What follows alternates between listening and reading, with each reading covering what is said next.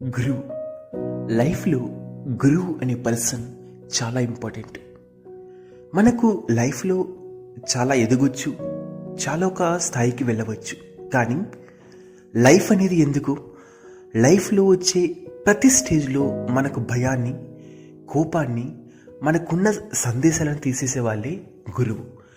మరి అటువంటి గురువు కేవలం ఏదో నార్మల్ చెప్పే గురువులు కాదండి. వీళ్ళు గురువులు మరి మనకు లైఫ్లో ఒక పర్పస్, హయ్యర్ అథారిటీ, వాళ్ళకంటూ ఒక పెద్ద పొజిషన్. మనకు చాలామంది ప్రపంచంలో ఎంతోమంది భగవంతుని విశ్వసించవచ్చు, కానీ ఒక్క గురువుని వాళ్ళు దూరం పెట్టేస్తారు. అంటే గురువు లేకుండా మనకు ఏది కూడా ముక్క అర్థం కాదు. ఎందుకంటే చూడండి, రాముడు మనకు వచ్చినా సరే మనకు విశ్వామిత్రుని గురువు చేసుకొని చూపించాడు. అంటే దేవాది దేవుడు వచ్చినా సరే మనకు గురువుని ఫాలో అయ్యాడు.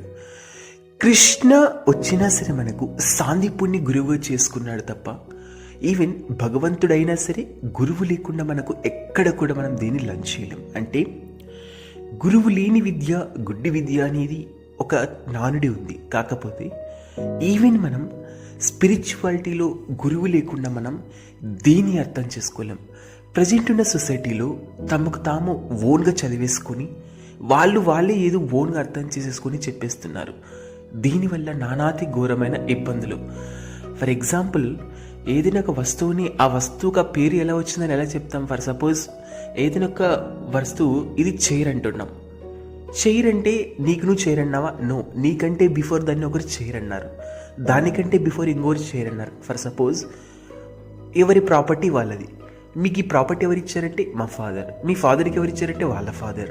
అంటే ఏదైనా వినేటప్పుడు, గురువు నుంచి విన్నప్పుడు ఆ గురువు ఖచ్చితంగా గురు పరంపర ఉండాలి. అంటే ఆ గురువుకి ఇంకొక గురువు చెప్పి ఉండాలి.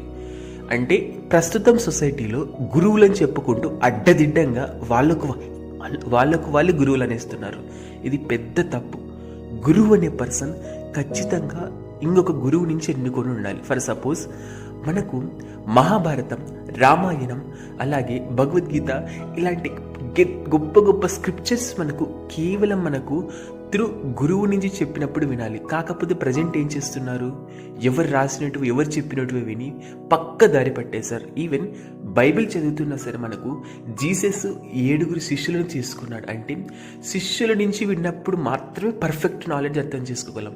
ప్రెడిక్షన్స్ ఎవరికి వారి ఇష్టానుసారం చేసుకొని గ్రంథాలను చదివి వాళ్ళుగా ఓన్గా కన్వర్ట్ చేసుకొని నానా రభస చేసి ఈరోజు పరిస్థితులు చూస్తున్నాం. కాబట్టి ఈ గురు పూర్ణమి నుంచి అయినా సరే లైఫ్లోకి గురువుని ఇంట్రడ్యూస్ చేస్తూ త్రూ గురువు నుంచి మనం లైఫ్ లెసన్స్ నేర్చుకొని ఎందుకు బర్త్, ఎందుకు డెత్, ఎందుకు మనకు ఈ యొక్క జర, అంటే ఎందుకు మనకి రోగాల బారి పడుతున్నాం, అసలు పర్పస్ థింగ్స్ ఏంటి, లైఫ్లో ఎలా అచీవ్ అవ్వాలి, గోల్ అలా అప్రోచ్ అవ్వాలనేది గురువు లేకుంటే ఎప్పుడు కూడా మనం భయంకి, ఏదో అజాగ్రత్తకి, లైఫ్లో పర్పస్ తెలియదు. గురువు అనేది చాలా రేర్. భగవంతుడైన లైఫ్లోకి ఎంటర్ అవ్వచ్చు, కానీ గురువు లైఫ్లోకి ఎంటర్ కావడం అనేది గొప్ప అదృష్టంగా భావించండి.